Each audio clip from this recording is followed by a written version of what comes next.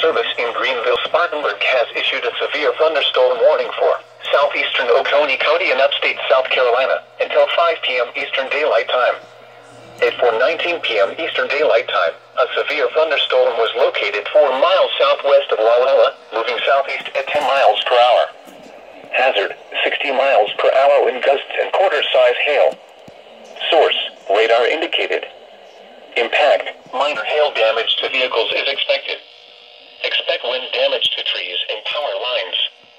Locations impacted include Seneca, Walhalla, Westminster, and Oakway.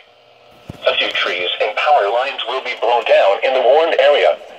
Hail can cause major property damage, especially to vehicles. Seek shelter inside an interior room.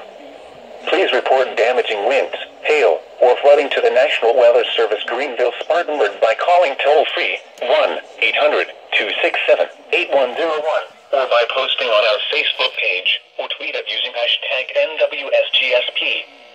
Your message should describe the event and the specific location where it occurred.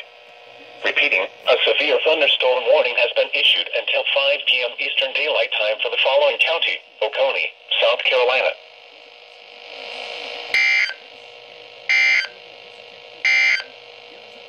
A severe thunderstorm warning.